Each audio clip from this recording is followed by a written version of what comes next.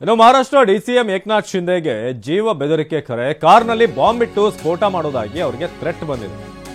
ಮಹಾರಾಷ್ಟ್ರದ ಡಿಸಿಎಂ ಏಕನಾಥ್ ಶಿಂದೆಗೆ ಬೆದರಿಕೆ ಬಂದಿದೆ ಇಮೇಲ್ ಮೂಲಕ. ನಿಮ್ಮ ಕಾರನ್ನ ಬ್ಲಾಸ್ಟ್ ಮಾಡ್ತೀವಿ ಅಂತ ಈಗ ಬೆದರಿಕೆ ಬಂದಿರೋದು. ಇಮೇಲ್ ಮೂಲಕ ಬೆದರಿಕೆ ಹಾಕಿದಂತ ದುಷ್ಕರ್ಮಿಗಳನ್ನ ಬಂಧಿಸಿದ್ದಾರೆ. ಅಂದ್ರೆ ಆಲ್ರೆಡಿ ನಿನ್ನೆ ಈ ಥ್ರೆಟ್ ಬಂದಿತ್ತು. ಆ ದುಷ್ಕರ್ಮಿಗಳನ್ನ ಬಂಧಿಸಲಾಗಿದೆ. ಮಂಗೇಶ್ ಅಚ್ಯುತ್ ರಾವ್, ಅಭಯ್ ಗಜಾನನ್ ಶಿಂಗಾನೆ ಬಂಧಿತ ಆರೋಪಿಗಳು ದೇವಲ್ಗಾಂವ್ ಮಾಹಿ ಬುಲ್ದಾನ ನಿವಾಸಿಗಳು ಅಂತ ಗೊತ್ತಾಗಿದೆ. ಹೆಚ್ಚಿನ ವಿಚಾರಣೆಗೆ ಮುಂಬೈಗೆ ಕರೆತರ್ತಿರುವಂತಹ ಪೊಲೀಸರು ಇವರು ಬೆದರಿಕೆ ಹಾಕಿದ್ರು ಇಮೇಲ್ ಮೂಲಕ. ಮಹಾರಾಷ್ಟ್ರದ ಡಿಸಿಎಂ ಏಕನಾಥ್ ಶಿಂದೆ ಅವರಿಗೆ ಬೆದರಿಕೆ ಹಾಕ್ತಂತ ವ್ಯಕ್ತಿಗಳು ಯಾರು ಅನ್ನೋದು ಗೊತ್ತಾಗಿದೆ. ಅವ್ರನ್ನ ಈಗ ಬಂಧಿಸಲಾಗಿದೆ. ನಮ್ಮ ದೆಹಲಿಯ ಪ್ರತಿನಿಧಿ ಹರೀಶ್ ಈ ಬಗ್ಗೆ ಹೆಚ್ಚಿನ ಮಾಹಿತಿಯನ್ನು ಕೊಡ್ತಾರೆ. ಹರೀಶ್, ಈಗ ಏಕನಾಥ್ ಶಿಂದೆ ಅವರಿಗಿದ್ದಂಥ ಥ್ರೆಟ್ ಮೇಲ್, ಸೊ ಆ ಇಮೇಲ್ನಲ್ಲಿ ಏನೆಲ್ಲ ಇತ್ತು, ಏನು ಬೆದರಿಕೆ ಇತ್ತು, ನಂತರ ಹೇಗೆ ಈ ಇಬ್ಬರನ್ನ ಮಂಗೇಶ್ ಅಚ್ಯುತ್ ರಾವ್, ಅಭಯ್ ಗಜಾನನ್ ಶಿಂಗಾನೆ ಬಂಧಿಸಲಾಯಿತು, ಹೇಗೆ ಅಂತ ಹೇಳಿ ಸಿಕ್ರಿ ಅವರು?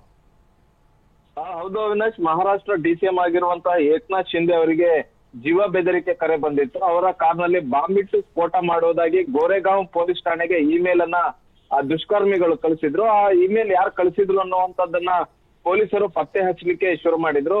ಮುಂಬೈ ಪೊಲೀಸರು ಹಾಗೂ ಬುಲ್ದಾನ ಪೊಲೀಸರು ಇಬ್ರು ಜಂಟಿಯಾಗಿ ಕಾರ್ಯಾಚರಣೆಯನ್ನ ನಡೆಸಿದ್ರು.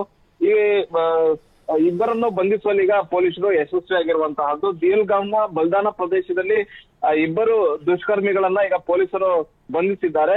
ಬೆದರಿಕೆ ಹಾಕಲಿಕ್ಕೆ ಕಾರಣ ಏನು, ನಿಜವಾಗಿಯೂ ಕೂಡ ಅವ್ರೇನಾದ್ರೂ ಬಾಂಬ್ ಬಿಡುವಂತಹ ಪ್ರಯತ್ನವನ್ನ ಮಾಡಿದ್ರ ಅಥವಾ ಆ ರೀತಿ ಏನಾದ್ರೂ ತಂತ್ರವನ್ನ ಮಾಡಿದ್ರ ಅನ್ನುವಂತ ನಿಟ್ಟಿನಲ್ಲಿ ಕೂಡ ಪೊಲೀಸರು ತನಿಖೆಯನ್ನ ಮಾಡ್ತಾ ಇದ್ದಾರೆ. ಅವ್ರನ್ನ ಈಗ ಬಲ್ದಾನದಿಂದ ಮುಂಬೈಗೆ ಕರೆತರ್ತಾ ಇದ್ದಾರೆ. ಮುಂಬೈ ಕ್ರೈಮ್ ಬ್ರಾಂಚ್ ಪೊಲೀಸರು ಹೆಚ್ಚಿನ ವಿಚಾರಣೆಯನ್ನ ಮುಂಬೈಯಲ್ಲಿ ಮಾಡ್ತಾರೆ.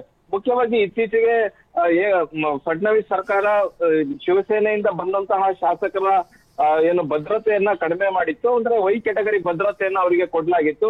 ವೈ ಕೆಟಗರಿ ಭದ್ರತೆಯನ್ನ ಅವರಿಂದ ತೆಗೆದು ಹಾಕಲಾಗಿತ್ತು. ಇದರಿಂದ ಆಕ್ರೋಶ ಕೂಡ ವ್ಯಕ್ತವಾಗಿತ್ತು. ಮತ್ತೆ ಇದರಿಂದ ಶಿವಸೇನೆ ಮತ್ತೆ ಬಿಜೆಪಿ ನಡುವೆ ಶೀತಲ ಸಮರ ಇದೆ ಅನ್ನುವಂತ ನಿಟ್ಟಿನಲ್ಲೂ ಕೂಡ ಚರ್ಚೆಗಳು ನಡೆದಿತ್ತು. ಆದ್ರೆ ಶಿವಸೇನೆಯ ನಾಯಕ ಏಕನಾಥ್ ಶಿಂದೆ ಅವರು ಹೇಳಿದ್ರು, ನಮ್ಮಲ್ಲಿ ಯಾವುದೇ ರೀತಿಯಾದಂತಹ ಶೀತಲ ಸಮರ ಇಲ್ಲ, ನಮ್ಮಲ್ಲಿ ಯಾವುದೇ ಅಸಮಾಧಾನ ಇಲ್ಲ ಅನ್ನುವಂಥದ್ದು ಹೇಳಿದ್ರು. ಮತ್ತೆ 20 ಶಾಸಕರಿಗೆ ಏನು ಕೊಟ್ಟಿದ್ದಂತಹ ವೈ ಕೆಟಗರಿ ಭದ್ರತೆಯನ್ನು ವಾಪಸ್ ಪಡೆದಿದ್ರು. ಇದ್ರ ಬಗ್ಗೆ ಕೂಡ ಚರ್ಚೆಗಳು ನಡೆದಿತ್ತು. ಬೇಕಾದಾಗ ಅವರಿಗೆ ವೈ ಭದ್ರತೆಯನ್ನು ಕೊಟ್ಟರು, ಈಗ ಅವರಿಗೆ ಬೇಡವಾಗಿ ಅವಶ್ಯಕತೆ ಇಲ್ಲ, ಹೀಗಾಗಿ ವೈ ಭದ್ರತೆಯನ್ನು ತೆಗೆದು ಹಾಕಿದ್ದಾರೆ ಅನ್ನುವಂತ ಚರ್ಚೆಗಳು ನಡೆದಿವೆ. ಈಗ ಏಕನಾಥ್ ಶಿಂದೆ ಅವರಿಗೆ ಬೆದರಿಕೆ ಬಂದಿದೆ.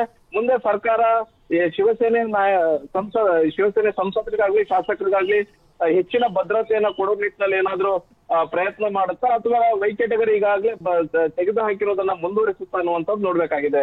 ಅವಿನಾಶ್, ಧನ್ಯವಾದ ಮಾಹಿತಿಗಾಗಿ ಹರೀಶ್.